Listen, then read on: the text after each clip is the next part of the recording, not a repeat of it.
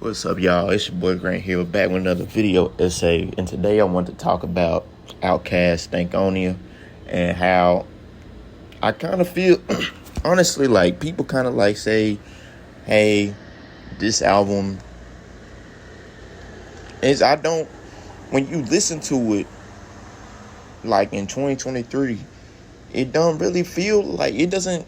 It doesn't deserve the hate it gets. It honestly, it needs to be the other way around because I feel like that's the Outkast really one of the only acts that you could argue that all five albums could be a classic tier body of work. But with Stankonia, like the amount of accolades it has on it, with it being commercially successful, on top of it being musically ambitious, on top of the elite rapping on there, on top of conceptually how well it was executed. So first off, obviously starting with how So Fresh and So Clean and Miss Jackson are already elite rap performances with actual that also play into the theme of the entire album. And you could argue this one of their best rap performances, even though I think they do have better songs, but it's the perfect mix of commercially accessible and not sacrificing your artistry and things of that nature. But also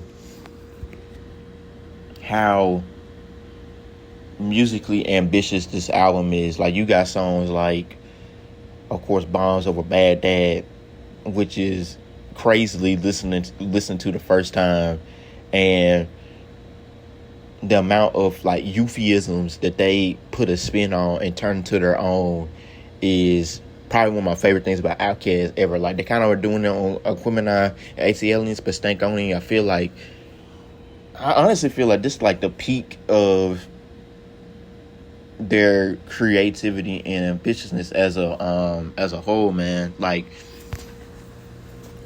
just listening to songs like the subject matter of Red Velvet with the instrumental behind it, Spaghetti Junction, honestly, Humble Mumble I've been listening to Humble Mumble so much recently. Like, that Big Boy verse is just so incredible. And then Under 3000 as well. And then, Erykah Badu on vocals. Like, Big Boy kind of talking about, like, okay, if you want to get to where you want to go, you can't be, like, scared. You're going to have to just go through it. You can't, like, really duck or dodge any type of tough moments. You just gotta go straight through. But, with, what's that man's name? With Andre 3000 on his second verse, he's talking about, like, how, like, what the government kind of does, and like how kind of like two-party system doesn't really benefit black people, but also on how people view rap. I think what he said about how people view rap is very, very fitting. As, okay, it's only about guns and drugs, and then Andre's like, no, it's not, but it's not. But guns and drugs can be part of that, because everything is about our experience as black people. But and then you're trying to give speeches to people who don't need to hear it, or like who don't care to hear it, in terms of like the oppression on your experience and things like that. So I think there's a lot of politically relevant stuff on this album, but also just the way they touch on so many topics on the black community.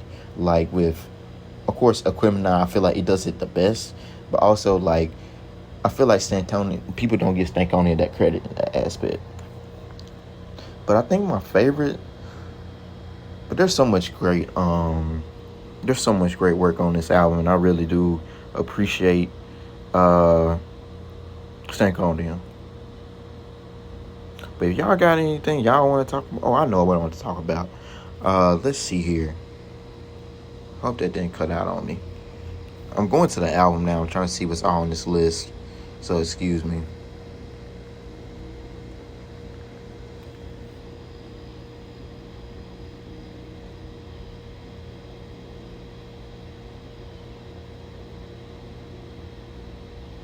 Like explode, like dude, like the skits on this album are probably the biggest thing I want to touch on. The skits are just so creative. They're also funny. Like the Kim and Cookie interlude, uh, the I'm Cool interlude, the little interlude before Humble Mumble, um, drinking again, like and cruising at ATL. Honestly, I want that to be like a full song because that shit's so good. Um, but man, like there's so much stuff like they touch on within the black community and also outside the black community. On top of just not really sacrificing their core sound and kind of giving, like, you know how Chunky Fire was on the last on Aquemini. This is like just that on steroids, and like I just don't get how people can sit up here and call this album bad or like overrated. Like, man, there's just so much good shit on here, and I can never bring myself to hate on it. And honestly, it's become one of my favorite Outkast albums over the past couple of years. But other than that, I appreciate you. Let me know who I should do next for the next video. Peace out.